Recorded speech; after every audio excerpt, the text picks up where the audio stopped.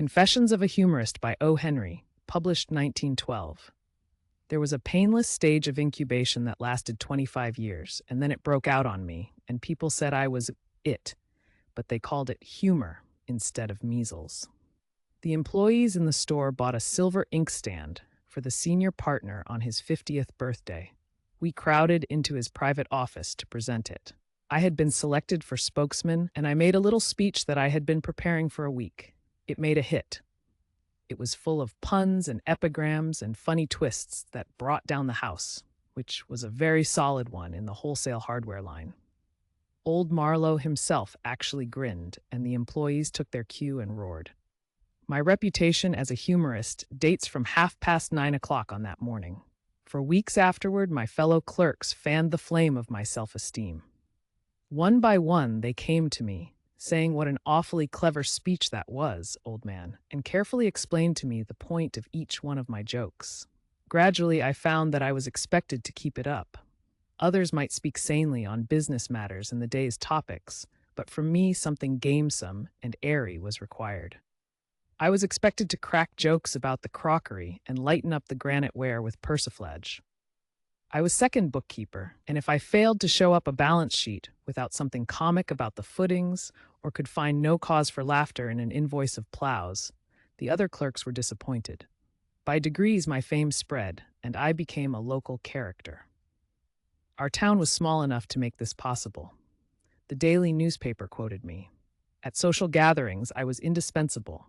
I believe I did possess considerable wit and a facility for quick and spontaneous repartee. This gift I cultivated and improved by practice, and the nature of it was kindly and genial, not running to sarcasm or offending others.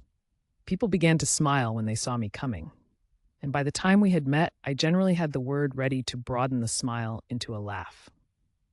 I had married early. We had a charming boy of 3 and a girl of 5.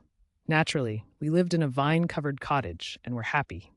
My salary as bookkeeper in the hardware concern kept at a distance those ills attendant upon superfluous wealth. At sundry times I had written out a few jokes and conceits that I considered peculiarly happy and had sent them to certain periodicals that print such things. All of them had been instantly accepted. Several of the editors had written to request further contributions. One day, I received a letter from the editor of a famous weekly publication. He suggested that I submit to him a humorous composition to fill a column of space, hinting that he would make it a regular feature of each issue if the work proved satisfactory. I did so, and at the end of 2 weeks, he offered to make a contract with me for a year at a figure that was considerably higher than the amount paid me by the hardware firm. I was filled with delight. My wife already crowned me in her mind with the imperishable evergreens of literary success. We had lobster croquettes and a bottle of blackberry wine for supper that night. Here was the chance to liberate myself from drudgery. I talked over the matter very seriously with Louisa. We agreed that I must resign my place at the store and devote myself to humor. I resigned. My fellow clerks gave me a farewell banquet. The speech I made there coruscated. It was printed in full by the Gazette. The next morning, I awoke and looked at the clock. "Late, by George," I exclaimed, and grabbed for my clothes. Louisa reminded me that I was no longer a slave to hardware and contractors' supplies. I was now a professional humorist. After breakfast, she proudly led me to the little room off the kitchen. Dear girl, there was my table and chair, writing pad, ink, and pipe tray, and all the author's trappings, the celery stand full of fresh roses and honeysuckle, last year's calendar on the wall, the dictionary, and a little bag of chocolates to nibble between inspirations. Dear girl, I sat me to work. The wallpaper is patterned with arabesques or odalisques, or perhaps it is trapezoids. Upon one of the figures I fixed my eyes. I bethought me of humor. A voice startled me. Louisa's voice. "If you aren't too busy, dear," it said, "come to dinner." I looked at my watch. Yes, 5 hours had been gathered in by the grim scytheman. I went to dinner. "You mustn't work too hard at first," said Louisa. Goethe, or was it Napoleon, said 5 hours a day is enough for mental labor. Couldn't you take me and the children to the woods this afternoon? I am a little tired, I admitted. So we went to the woods. But I soon got the swing of it. Within a month, I was turning out copy as regular as shipments of hardware, and I had success. My column in the weekly made some stir, and I was referred to in a gossipy way by the critics as something fresh in the line of humorists.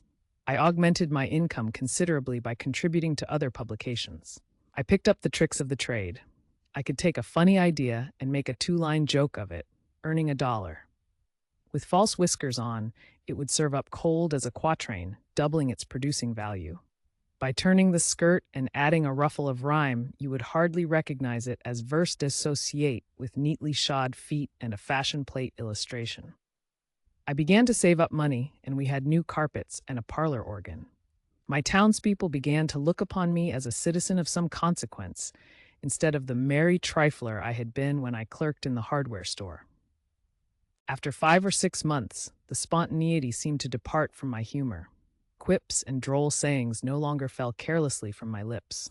I was sometimes hard run for material. I found myself listening to catch available ideas from the conversation of my friends. Sometimes I chewed my pencil and gazed at the wallpaper for hours trying to build up some gay little bubble of unstudied fun. And then I became a harpy, a Moloch, a Jonah, a vampire to my acquaintances. Anxious, haggard, greedy, I stood among them like a veritable killjoy. Let a bright saying, a witty comparison, a piquant phrase fall from their lips, and I was after it like a hound springing upon a bone. I dared not trust my memory, but, turning aside guiltily and meanly, I would make a note of it in my ever-present memorandum book or upon my cuff for my own future use. My friends regarded me in sorrow and wonder. I was not the same man. Where once I had furnished them entertainment and jollity, I now preyed upon them. No jests from me ever bid for their smiles now. They were too precious. I could not afford to dispense gratuitously the means of my livelihood. I was a lugubrious fox praising the singing of my friends, the crows, that they might drop from their beaks the morsels of wit that I coveted.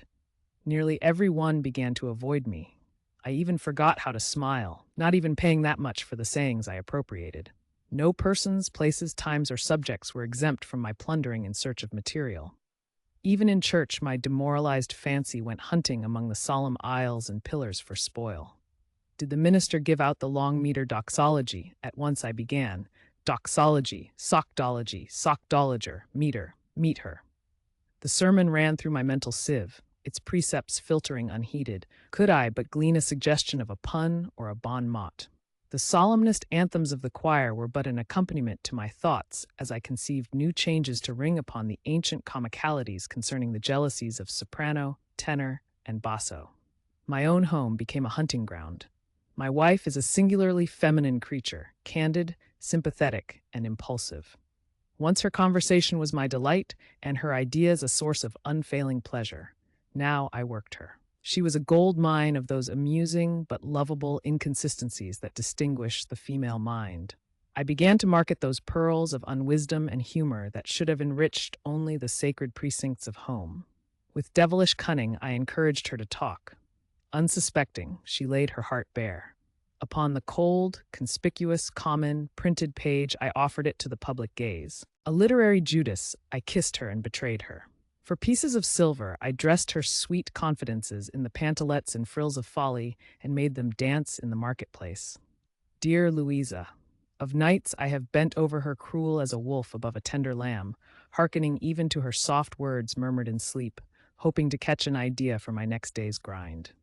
There is worse to come. God help me. Next, my fangs were buried deep in the neck of the fugitive sayings of my little children. Guy and Viola were two bright fountains of childish, quaint thoughts and speeches. I found a ready sale for this kind of humor and was furnishing a regular department in a magazine with funny fancies of childhood. I began to stalk them as an Indian stalks the antelope. I would hide behind sofas and doors or crawl on my hands and knees among the bushes in the yard to eavesdrop while they were at play. I had all the qualities of a harpy, except remorse. Once, when I was barren of ideas and my copy must leave in the next mail, I covered myself in a pile of autumn leaves in the yard, where I knew they intended to come to play. I cannot bring myself to believe that Guy was aware of my hiding place, but even if he was, I would be loath to blame him for his setting fire to the leaves, causing the destruction of my new suit of clothes and nearly cremating a parent. Soon my own children began to shun me as a pest. Often, when I was creeping upon them like a melancholy ghoul, I would hear them say to each other, "Here comes Papa," and they would gather their toys and scurry away to some safer hiding place. Miserable wretch that I was. And yet, I was doing well financially. Before the first year had passed, I had saved $1,000, and we had lived in comfort. But at what a cost! I am not quite clear as to what a pariah is, but I was everything that it sounds like. I had no friends, no amusements, no enjoyment of life. The happiness of my family had been sacrificed. I was a bee, sucking sordid honey from life's fairest flowers, dreaded and shunned on account of my sting. One day a man spoke to me, with a pleasant and friendly smile. Not in months had the thing happened. I was passing the undertaking establishment of Peter Heffelbauer. Peter stood in the door and saluted me. I stopped, strangely wrung in my heart by his greeting. He asked me inside. The day was chill and rainy. We went into the back room where a fire burned in a little stove. A customer came, and Peter left me alone for a while. Presently, I felt a new feeling stealing over me, a sense of beautiful calm and content. I looked around the place. There were rows of shining rosewood caskets, black palls, trestles, hearse plumes, mourning streamers, and all the paraphernalia of the solemn trade. Here was peace, order, silence, the abode of grave and dignified reflections. Here, on the brink of life, was a little niche pervaded by the spirit of eternal rest. When I entered it, the follies of the world abandoned me at the door. I felt no inclination to wrest a humorous idea from those somber and stately trappings. My mind seemed to stretch itself to grateful repose upon a couch draped with gentle thoughts. A quarter of an hour ago, I was an abandoned humorist. Now I was a philosopher, full of serenity and ease. I had found a refuge from humor, from the hot chase of the shy quip, from the degrading pursuit of the panting joke, from the restless reach after the nimble repartee. I had not known Heffelbauer well. When he came back, I let him talk, fearful that he might prove to be a jarring note in the sweet, dirge-like harmony of his establishment. But no, he chimed truly. I gave a long sigh of happiness. Never have I known a man's talk to be as magnificently dull as Peter's was. Compared with it, the Dead Sea is a geyser. Never a sparkle or a glimmer of wit marred his words. Commonplaces as trite and as plentiful as blackberries flowed from his lips, no more stirring in quality than a last week's tape running from a ticker. Quaking a little, I tried upon him one of my best pointed jokes. It fell back ineffectual, with the point broken. I loved that man from then on. 2 or 3 evenings each week, I would steal down to Heffelbauer's and revel in his back room. That was my only joy. I began to rise early and hurry through my work, that I might spend more time in my haven. In no other place could I throw off my habit of extracting humorous ideas from my surroundings. Peter's talk left me no opening had I besieged it ever so hard. Under this influence, I began to improve in spirits. It was the recreation from one's labor, which every man needs. I surprised 1 or 2 of my former friends by throwing them a smile and a cheery word as I passed them on the streets. Several times I dumbfounded my family by relaxing long enough to make a jocose remark in their presence. I had so long been ridden by the incubus of humor that I seized my hours of holiday with a schoolboy's zest. MV work began to suffer. It was not the pain and burden to me that it had been. I often whistled at my desk and wrote with far more fluency than before. I accomplished my tasks impatiently, as anxious to be off to my helpful retreat as a drunkard is to get to his tavern.